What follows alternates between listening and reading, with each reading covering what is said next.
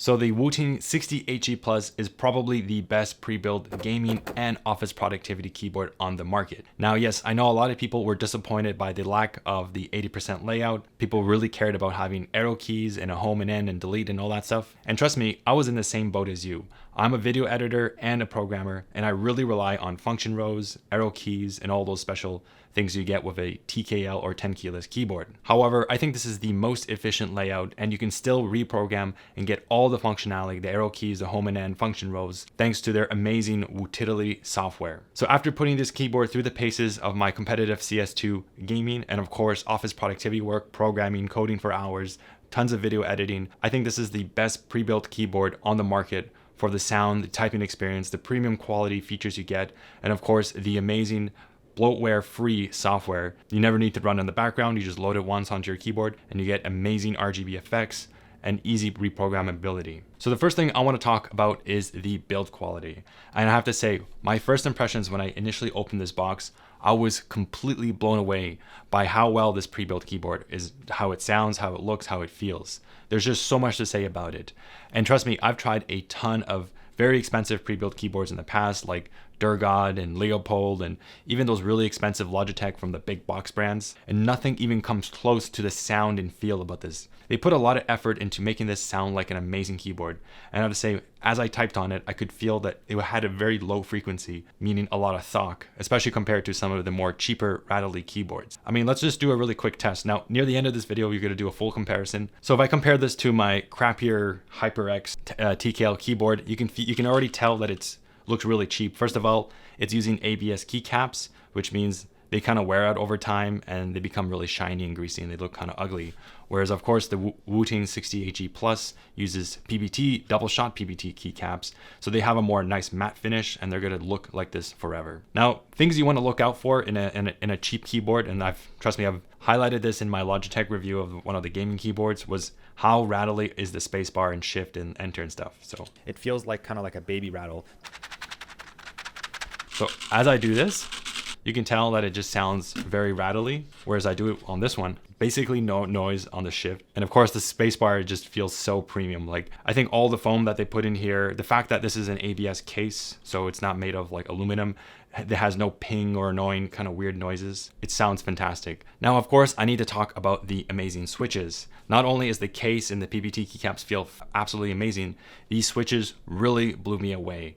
Now, compared to my old TKL keyboard, like the Cherry MX Red, or even some of my really expensive mechanical keyboards, I noticed that they feel really scratchy. When I press down, some of the keys don't feel very well factory lubed. Well, every switch on this keyboard is lubed to the max. It just feels utterly smooth, and maybe that's because it's using magnetic switches, so it doesn't have your typical components of a regular switch. So maybe that helps with the smoothness. Now, these are using the Gateron Lecker 60 grams, and I find that they're actually quite light.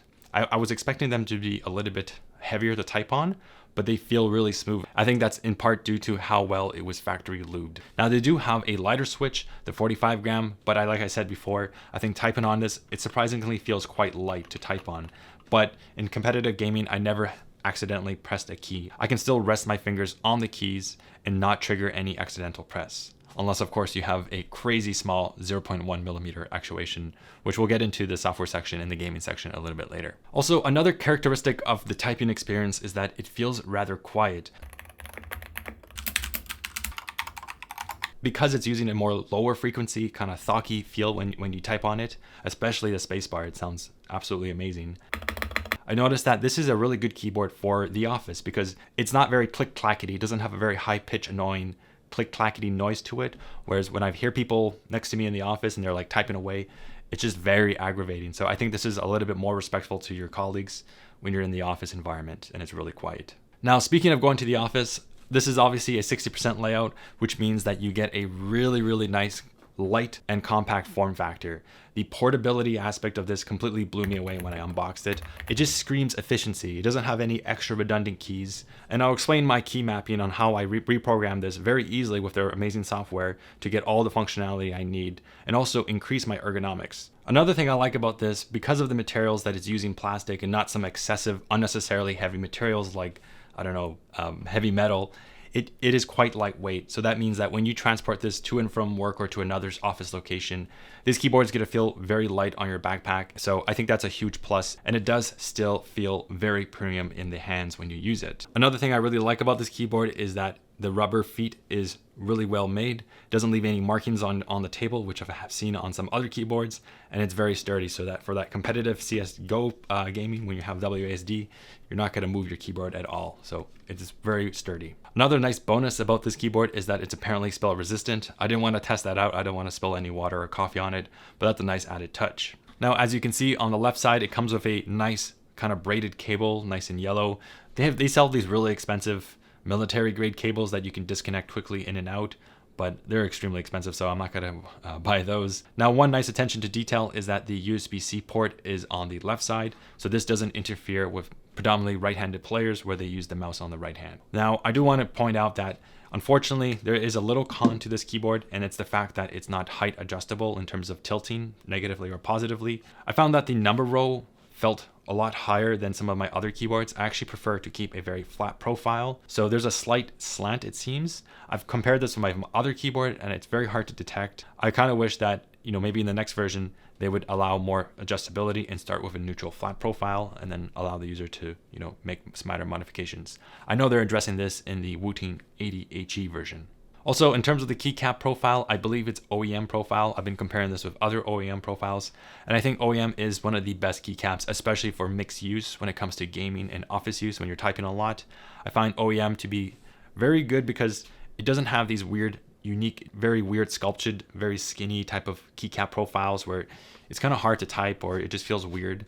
So I like them for gaming. So OEM profile keycaps are amazing. Now I want to talk about a feature that I didn't really care about until I unboxed this and plugged this in, and that's the amazing RGB LED lights. I was completely blown away on the aesthetic of the lights and how practical they actually are.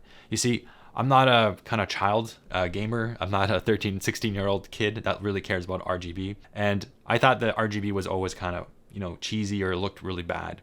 But for some reason, I don't know what it is. It's a combination of the keycaps, the kind of translucent frosted look on the keycaps, and it doesn't bleed a lot. It just feels very, very premium. And this keyboard completely transformed the way I can appreciate RGB lighting. It just doesn't look tacky at all.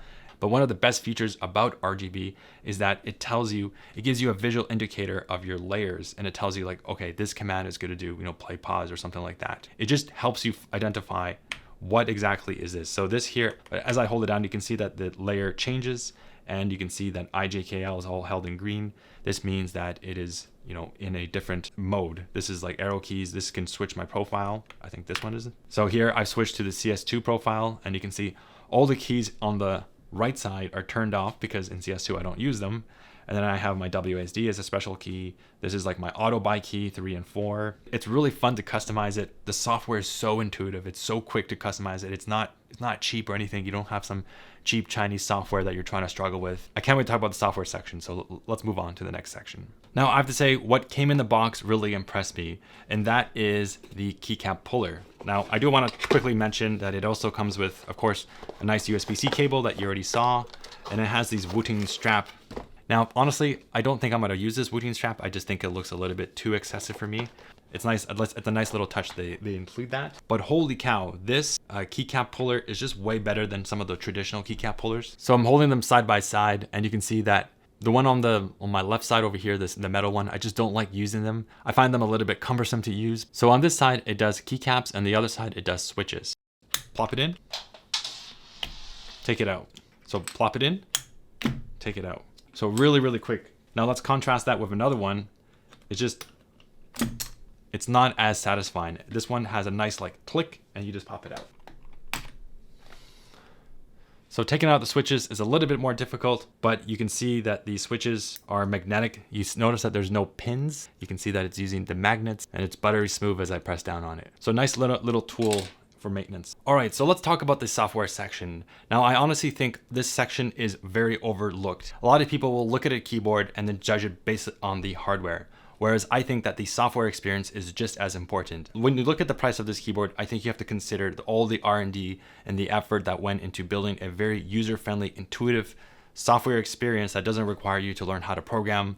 A lot of things like QMK and ZMK require you to do all these like programming techniques and stuff like that. Whereas the software here is very, very simple, very easy to use.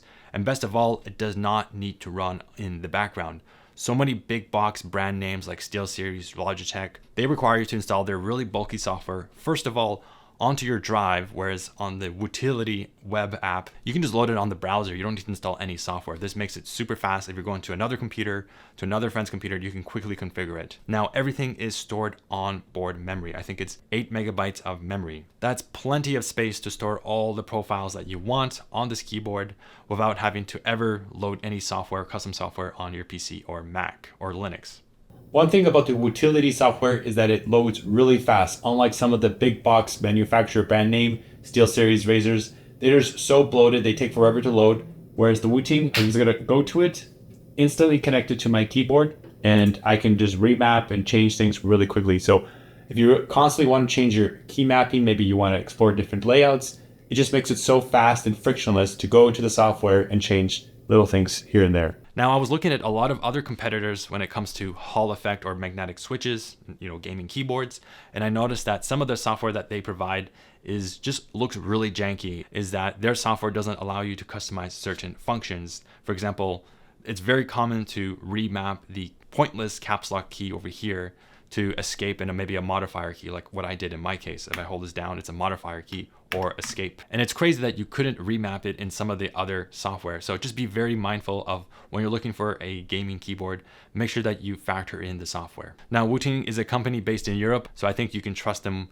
to build something that is not going to be spyware or anything like that. All right, so let's go into a deep dive with the software, and I'm going to show you my keep map configuration. Now, I remember watching a review of the Wooting 60HE, and apparently a professional CS2 player was giving a review of this keyboard. So my biggest con with the keyboard is it's 60%. And in the end, he concluded that this keyboard was not right for him. This is incredibly confusing for someone like me who have not used 60% keyboard layout before. He said that he wasn't used to the layout. He couldn't, for example, hit the escape key or hit the tilde key. You will have to rebind a lot of in-game functions like accessing console. So to access the console, which would normally be the button right under the escape, you now have to press Fn or function key and the escape, which are two buttons that are farthest apart on the keyboard, and you would have to have the biggest hand in the world to pull off this keybind. And I thought that was completely bogus. I think he doesn't really understand the product. I don't think he gave enough attention to understand what the software capabilities are, because I can basically get everything and even more, because what I'm doing is I'm using less keys to do more. By using layers and dual function keys, you actually have less keys to worry about, so your fingers have to not stretch as far. Like, for example, going all the way to the function row is quite a stretch. So I think he really missed the point, and I'm really disappointed in these types of people out here who just don't think more than what is presented on them. Like, they see the keyboard, I'm like, where's the arrow keys, where's the tilde key, and they just give up. So I'm in the software now, I'm in the Chrome browser, and you can see here I have all the functionality. I can change things like color, the performance, so basically setting the actuation point for the magnetic switches. I can remap the keys, and then most importantly, I can do advanced keys. Now I'm just going to switch to the actual Mac software. The Mac software is no different than the Chrome browser. I think it's just a wrapper of Chrome. So on the left side, you can see all my profiles. Most importantly, I have one for work and one for CS2. It's always going to require you to have 4 slots that you can toggle between, and you can create as many profiles as you want, and then you can shift them around. So basically, you can't remove, that's one downside, is that I can't remove these unused profiles. So they just end up being there, but don't worry. Basically what I've done is I mapped it so that it only toggles between the 2 profiles. So if I hold I'm going to hold escape or caps lock, and I'm going to switch, and it blinks 3 times. You might have seen that there. And that basically indicates what profile I'm on. And it blinked 4 times, therefore I'm on profile 4, which is CS2. Now if I want to go back, now I'm back on my regular profile, which is the work profile. Now, one cool tip is that for every profile that you have, the base layer, the main layer, can have its own RGB layout, so you know what profile you're on. In my case, I have this really nice pre-made effect. I just got it straight from the app. So the profile I have right now, it's called Play, and I can save my profile really quickly. I can just switch it right now. Let's change it to Miami, which is also nice. I'm gonna hit Control S to save. And when I switch to the other profile, I'm gonna hold my layer key, and now I'm in my CS profile. And you can tell by how it matches to the screen over here. You can see all the other keys on the right side of the keyboard are pretty much turned off, and then I have all the special keys. Now, the next thing I like about the RGB is that you have per key RGB. And you've been seeing that already quite a lot. Basically, this is a really good visual indicator to let you know what functionality is behind that key. I know that when I hold this key, I know that this is to swap between the different profiles. If I hold this one down again, I know that you can see that a lot of the other keys are kind of turned off. This can toggle my media player. If I go to function layer 1, over here, this is play pause on the screen. I know it's a little small to see. Oh yeah, let me increase the global brightness. I should have done that in the beginning of this video. Now, one thing you notice here is that on the CS2 profile, I have this thing called Tachyon mode. And basically what that does is that it decreases the latency from 2 milliseconds to 1 millisecond. So it's a very minor, kind of small optimization. Now, trust me, most of your latency reduction is going to come from the physical actuation on where you set it up. We're going to get to that section, but I just want to let you know that there is reduced brightness. I think you can buy a special cable accessory that will allow Tachyon mode to have full brightness. I think that just helps with the voltage or something like that. But yeah, I know. Anyways, I'm not too sure about that. If I go to performance, you can see that Tachyon mode is enabled, and it's about 1 millisecond. And by the way, the formatting of this screen right now is due to my MacBook. I have it on a very low density, big text screen, so it's kind of hard to see everything on the screen. Basically, the app looks a lot better when you use a normal resolution. So let's go back to my work profile. Right now, you can see that I have different effects. If I go back to my main layer, I can change things like I can have it do a wave. It can cycle through different things. I can change the speed. I can change the type of color that it's cycling through and stuff like that. But I like static. It doesn't bother me. I like that it's just kind of barely there. And I do decrease the brightness because I don't want it to be too jarring. But for the purpose of this video, I'll increase it. So this is how you do per key RGB, which is a very useful feature. So all you have to do is select a predefined color or choose your own color. Let's say I want to choose yellow, and I just want to click this key. Basically, that's it. You just do that repeatedly for all the keys that you want. So it becomes really, really easy to paint, per key RGB. And what's nice about the software is that you can undo, and it uses keyboard shortcuts as well, like Control S to save, or undo, Control Z. Just gonna undo everything. Trust me, I had a lot of fun just setting up this keyboard, playing around with all the different RGB settings. It was a blast because the software is just so intuitive to use. Now, before we go into performance, I want to talk about Remap and advanced keys. Now, these I think are the most important features of this keyboard because it gives it the ability to basically behave like a 10 keyless keyboard without having the bulky, extra, unnecessary space that it occupies. Now, one of the things you'll see a lot of the Wooting employees tell you about is that you can basically remap this cluster over here to arrow keys, but they also want you to kind of remap them in such a way that they behave as modifier keys if you long press them. So if I hold it down, it's going to invoke the shift, and if I tap it quickly, it's going to go up. Now, I didn't actually like that functionality because when I'm programming, let's say I'm in an app, sometimes I like to use keys. I like to spam them. And you can notice that I still have the shift key as a mod tap, which means that if I hold it down, it's going to be a shift. But all these other keys like menu, control, function, I don't use them because, and let me know in the comment section down below if you ever use the modifier keys. Because we all use QWERTY keyboards growing up, we are very left-hand dominant on our keyboard. And it's also because the QWERTY layout really favors typing words on the left side. You'll notice that a lot of the English words are going to be typed on the left side of the keyboard. So we've developed a lot of finger strength with our control, like using modifier keys like Control, Alt, with our thumbs and stuff like that, with our left hand. Whereas these keys down here, I don't think they're very heavily utilized. Now, of course, you should opt for an TKL if you really, really care about arrow keys in the home row and delete and function rows and all that stuff. I'm not saying that you don't need it, but a lot of people don't use these keys here. You can repurpose them to be arrow keys and home and end. So in my case, I like to spam, so I like to go fast. So these are not modifier keys. They're completely rebinded to arrow keys. So if I go back to the Wooting software, you can see that I bind it left arrow, down arrow, and left arrow. And then this is not binded to anything. If I go to advanced keys and I click on the right shift, you can see that when I hold, it's going to become right shift. And then when you tap, it's going to become the up arrow. Now, honestly, I might even just get rid of the mod tap on this key. I don't find I use it that much. I don't find I use the right shift to capitalize words as I type. So I might just do it so that I can spam up. Like for example, right now, I have to do this to go up. Let's say I want to select text. I have to use the up key. I can't just spam it. So right now it's just shift. So I do this. Whereas the other ones, they go like that. Now, how do I get the home and end? Well, I'm going to use my pinky or my index finger, whatever. And then I'm going to hold the caps lock. Caps lock is the perfect place to bind two functionalities. One is escape. Let's say I'm going to go into here. I want to escape. I just escaped back into here. So it's a really ergonomic way to hit escape. By the way, this is, even though it says escape, this is just mapped to tilde. or back tick. If I hold shift, this becomes tilde. I recommend that. I mean, games like in CS2, if you want to quickly access the console, this is what the CS2 player was complaining about, is that he didn't know that he could remap the escape key to tilde and then map the caps lock key, which is, nobody uses the caps lock key. If you're using caps lock key to type in capitals, it's a very low frequency functionality of your keyboard. You should just bind that into a separate layer. Anyways, you just hit this to escape, and then if you want to escape your menus. Now you might be wondering, how do I access the function rows? Well, there are two convenient ways.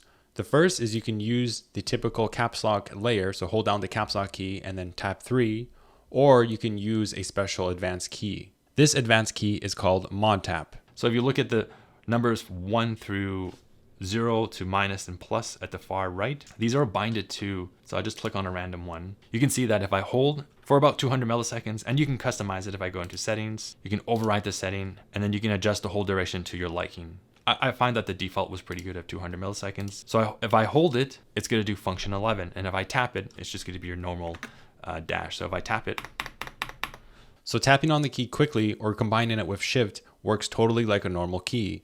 And then when you long press it, it's going to invoke the secondary function. For example, in my IntelliJ environment, it's very common to use Command or Control F12 to look up all the method definitions of my class or file. So I can just hold Command as usual, and I'm going to long press the F12 button.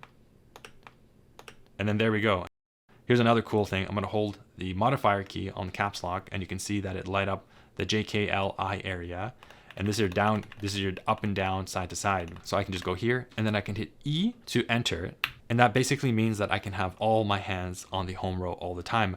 I don't ever need to actually switch down here, which is less efficient. It was a lot more inefficient when you had a TKL and you had to move your hand from here all the way to down here, or all the way up here, or home and end and stuff like that. Just to let you know, my home and end is binded to this side with the modifier key. So if I go home and home and home, and if I want to do like that, or maybe I want to go to the top of the file and select all, just like that, I use home and end on that side. So to show you how the home end works, I go to Remap. This is where it is, function layer 1, and you can see that it's home. So you get all the special characters like decrease brightness. You can switch between different profiles. What I like is that you can go to digital profile 1 or A1, A2, and A3. And by the way, there's no real big difference between digital and analog profiles. They basically do the same thing. But yeah, don't worry. You basically have 4 profiles and you can swap between them all. You can also do a mode where you toggle between the last used analog profile and then the digital profile. And you can also cycle through all the profiles. In my case, I'm only using 2 profiles. So basically, in order to memorize where I can toggle them between them,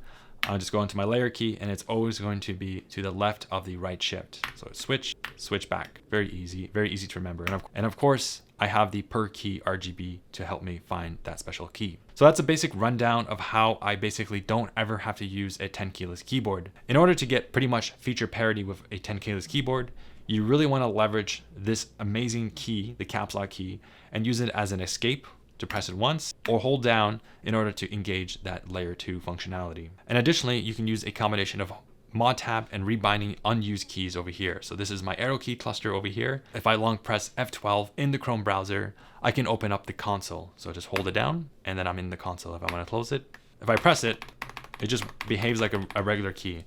And I've had no issues being able to type really fast all the number keys. Now this may seem all a little bit overwhelming, but trust me, you're not going to miss TKL. In fact, you're going to find efficiencies with it.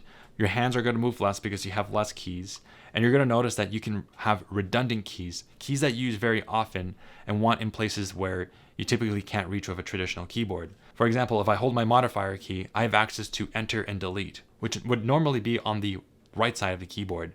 So that means when I'm in Adobe Premiere and I'm predominantly using my right hand with the mouse, if I want to delete a clip, instead of having to move my hand out of the mouse, which really interrupts my flow, I can simply hold the modifier key, select the clip of my mouse, and hit delete. So let's say I want to not move my hands to some other part of the keyboard as I type in the Chrome browser. I can just use my pinky to engage the function row, and now I have up-down keys. I can go up and down, and then I can hit enter instead of awkwardly trying to reach with my pinky. So basically, you can use your pinky less in some cases, and you have redundant keys to help you with different type of flows you're in. Maybe you're just typing something, you want to go quickly into the arrow key, just hold that modifier key, and then you're in. So now I can go in here, enter, boom, I'm in to this other page. really fast and efficient. All right, so let's switch to my CS2 profile. Now I have to say the Hall effect switches, or the magnetic switches, is the main reason why you're probably looking up this keyboard. This is a game changer, no pun intended, when it comes to CS2. I've noticed that when I'm counter strafing, I really have more improved accuracy. So you see, the thing with CS2 is that in order to get the most accurate shot as you're shooting, it's a first person shooter after all, and you're moving, what you need to do is counter strafe. So that means you move to the left and then move to the right to stop moving, and then there you can shoot. And it's very difficult to time this because basically with more traditional keyboards, you have an actuation of 2mm, and then you also have a release of 2mm. So you have to wait so much in order for the other button to take effect. Now with this keyboard, you get the benefit of magnetic switches. So that basically means you can set the actuation point to anything you want. So if I click on this, you can set it all the way down to 0.1, all the way to 4. And you might be wondering, why do I want to put it all the way down to 4? Well, things like hitting the Windows key, you don't want to accidentally press that in a heated environment. So it's set to 4, which basically means you have to do a full intentional key press in order to invoke the Windows keys, which could take you out of your full screen gaming on Windows at least. And what's really great about the software is that you can set an actuation force globally for all the keys, and then hone into specific keys like WSD and spacebar and control, keys that are more sensitive and that you need to have a lower actuation force of, let's say, 1mm or 0.5mm. Now, the Wooting team does recommend not to go super crazy and put it at 0.1mm right away, because that might be a little bit hard. For example, doing bunny hops in CS2 can be a little bit counterintuitive. But I think, imagine just reducing that latency by almost 50% from 2mm to 1mm. That's already a huge improvement. And this definitely beats any latency when it comes to like the actual signal coming from the keyboard into the motherboard. It's the physical latency, the time it takes for you to actually have the switch move in that little small distance. So in my case, you can see that the WASD is set to a higher sensitivity, 0.1. And best of all, I have this thing called rapid trigger. And basically the way that rapid trigger works is that as you press down, let's say you press down like 1mm, that means it's actuated. So let's say you press the key all the way down to 4mm. Now on a traditional keyboard, let's say a Cherry MX Red switch, first of all, you need to go all the way to 2mm to actuate that actual key. So that's a long distance and it's fixed. You can't customize it. It's there all the time. So you have that lag. But let's say you press 1mm and you want to quickly switch back to the other key. You don't need to go back to the 2mm point from 4mm. You can basically let go from 4 to 3 and it knows that you're releasing. So it's a dynamic release. And then you can press the other key anywhere within that millimeter difference. And of course you can adjust the sensitivity. So if I go down here, I just set it to the default 1mm, and that has been very good. And I can feel how much more responsive it is in CS2. My counter strafing, my ability to move around, everything just feels more responsive. It's like going from 56K internet connection to a broadband internet, 100 gigabit, 10 millisecond connection. All the milliseconds count, especially in one-on-one scenarios and stuff like that. So it has been amazing. It's very hard to go back to a normal keyboard and then just feel that lag as I move around and stuff like that. So overall, the software lets you do this very easily. You can set it per key. And of course, when you want to go do your work, video editing, be productive in life and stuff like that, you can switch back to your work profile and you can see that I've actually disabled all the crazy fancy features, which is basically I don't have Tachyon mode enabled, I don't have rapid trigger enabled, and then the actuation point is just set to 2mm, which is pretty standard like a Cherry MX Red switch. So one of my favorite features of advanced keys is called toggle key. And this is perfect for CSGO, where you typically have to walk a lot and you have to hold down shift. This will increase ergonomics and makes it easier on your pinky, and it helps reduce kind of repetitive strain injury on your wrist. So all you have to do is enable toggle key, and I'm going to have it on left shift. And then you can see that if I hold down shift, it works as normal. But if I tap it, it's going to stay locked in shift mode. So when my character walks in the CS map, it will simply just continue to walk. And if I want to let go, hit shift again. So the normal functionality of shift, hold, and then let go still works. One other advanced feature is called dynamic keystroke. This feature lets you set up 4 different actions on a single key depending on how you press it and release it. One example of using this is sprinting in common games, where you can press W to go walk at a regular speed and then press all the way down to go at a faster speed, aka sprint. So I've been saying a lot of positive things about this keyboard. I love it so much. I think it's fantastic. What is some of my feedback to the Wooting team? Well, I have to say, I said this previously, I kind of wish that this was at a neutral profile. Now it's totally fine. I think I can put a wrist pad over here and I can type very easily. In fact, I'm back to 100 words per minute with this keyboard. It feels very familiar with me now after using it for office productivity use for a long time. But yes, it would have been nice if it was a little bit flat, not have that incline, although it's a very mild incline, so I'm sure you get used to it. The next thing I would love to see in the next iteration is to take this keyboard even further. I would love for them to put a thumb cluster so that you can benefit from using all 10 fingers or digits. Basically, we only type with 9 fingers. I would love it that they could break the space bar into 4 different keys. So have the space bar in a modifier, and then move the Alt and Alt keys closer up and just have basically 4 keys over here. That would be amazing. That would give you way more flexibility. Another con I had with the software was that I wasn't able to get mod tap to work very well with the spacebar. So what do I mean by that? So the spacebar is a very comfortable place to lay your thumb, especially if, let's say, you want to do a modifier thing.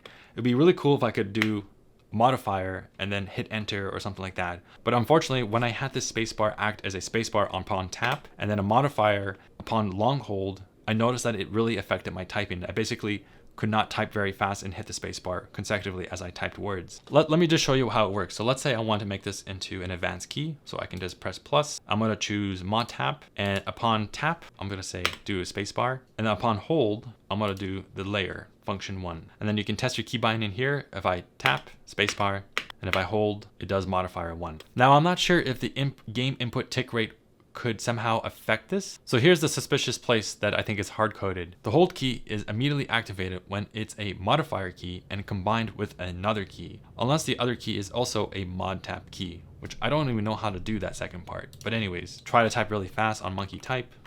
So what you'll notice is that as I type and hit the spacebar and I hit another key, it triggers that condition where if I hold the spacebar, which is a modifier key because of the hold tap functionality, and I hit another key, it just completely trumps the spacebar. It just says, oh, you didn't register a spacebar tap. You're gonna register that second key or whatever layer you're doing. So if I go type really fast, see already it just messed up there.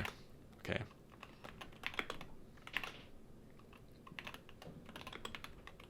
So if I type slow, like even there, it just failed. Like it just does not work at all. So I really hope that they can fix that in the software update. I've actually had another keyboard, the Ultimate Hacking Keyboard version 2, and I had 0 issues by typing really fast with my spacebar, but then also have it as a modifier key. I think they need to add some tolerance such that if you tap the other spacebar and then tap another key really quickly, let's say within 50 milliseconds, it doesn't register that as an intent to trigger the modifier key. It just registers it as a spacebar. I think this is a software feature that they can fix, and I'm gonna let them know, and hopefully they can fix it, because I would love to use my spacebar as a modifier key. Maybe I can invoke a different layer and I can reserve the caps lock escape modifier key for a different layer and have more functionality. Another thing I would like to see that they improve in the next version is to offer wireless Bluetooth. And that's because this is a very portable keyboard, and I'd love to bring this in the office, but I don't want to have to worry about carrying a wire. I just would love to just connect it to my MacBook or even a tablet and just travel with it around the world because it's nice and light and compact and very comfortable and a great typing experience. But then just connect it wirelessly. That would be a huge benefit. And yeah, most of the time I'm going to be connected to a computer and I'm gonna have full RGB, and I don't want to have to worry about a battery, but it's just a nice to have. So that's my review of the Wooting 60HE Plus. I would say this is a fantastic keyboard, the best pre-built mechanical keyboard on the market that satisfies really advanced low latency gaming and office productivity use. Because of its small form factor, the small size, and all the amazing software and remapping capabilities, I think this is the best keyboard for any use case, and I definitely would consider it over the larger brother, which you can save a little bit of money and just have less space on your desk and really enjoy that minimalistic look. I just love how small it is. And that's not to say that the 80% keyboard is gonna be bad or anything, but I'm just so done with TKL layouts and I love it so much. So be efficient, check it out, and have fun remapping your keys.